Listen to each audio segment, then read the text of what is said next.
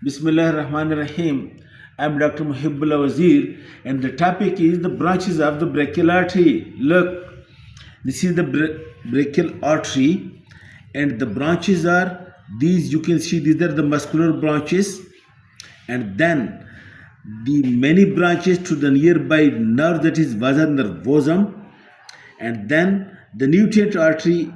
If the nutrient foramen is in the medial side, then the big branch, the first one, that is profunda brachial artery, and then the second branch, which is given lower down, that is the superior ulnar collateral artery, and then the third or fourth branch, that is the inferior ulnar collateral artery, that is superior ulnar collateral, and that is inferior ulnar collateral.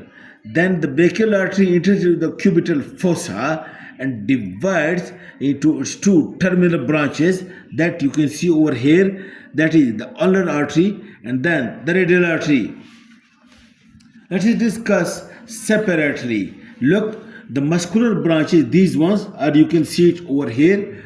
These are the muscular branches given to the biceps, the brachialis, the coracobrachialis, and also the triceps muscle.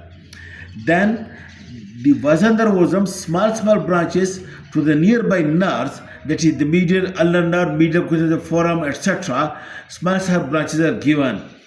And then if the nutrient foramen is at the medial side of the humerus, then the nutrient artery is being given by the brachial artery. And then the big branch and the first branch, the profunda brachial artery, are also called a deep brachial artery, that is given from the medial side. And then look, it passes posteriorly by passing through the lower triangular space along with the radial nerve and passes into the posterior compartment. And in the posterior compartment, it lies in the radial groove over here. Just behind the deltoid tuberosity, it lies along with the radial nerve. And over here, it gives one branch which ascends upward, that is called as ascending deltoid branch. It supplies the deltoid muscle and take part in the anastomosis around the surgical neck of the humerus with the posterior circumflex humeral artery. Then the profunda artery descends downward in the posterior compartment, and what happens?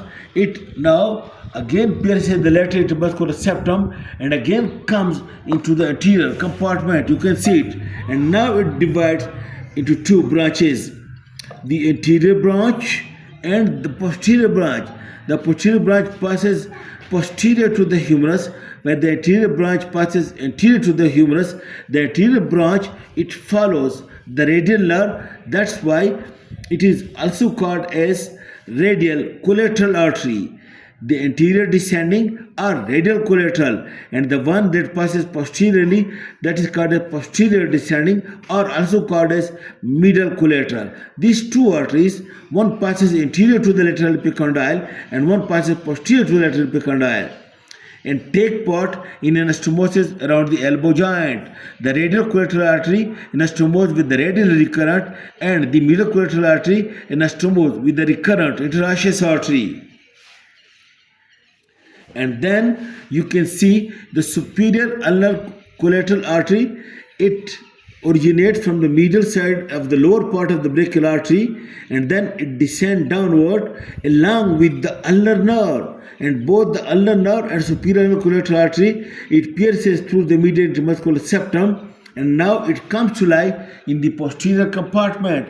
And both these superior ulnar collateral artery and ulnar nerve, it runs in the posterior compartment and comes to lie over here on the posterior surface of the medial epicondyle. And over here on the posterior surface of the medial epicondyle, it anastomoses with the interior, with the posterior ulnar recurrent artery. The superior ulnar collateral artery behind the medial epicondyle with the posterior ulnar recurrent artery, while the inferior ulnar collateral artery, it descends downward and passes anterior to the medial epicondyle and anastomoses with the anterior ulnar recurrent artery. Inferior with the anterior, while the superior with the posterior. And in this way, the branches of the descending branches from the brachial and profunda brachial artery, it anastomosis with the ascending branches from the radial and ulnar artery to take anastomosis around the elbow joint. And then the two terminal branches of the brachial artery, look, you can see over here, that is the radial artery and this is the ulnar artery. Both these arteries have to supply the forearm, both flexor and extensor compartment, as well as the hand. And both these arteries run along the radial artery along the radial border, along with the superficial branch of radial nerve, with the relation that the radial nerve is on the radial side of the radial artery. While the ulnar artery, it accompanies the ulnar nerve, but with the relation that the ulnar nerve is on the ulnar side of the ulnar artery. And then we will do the detailed discussion of these two arteries in the next lecture. Thank you very much.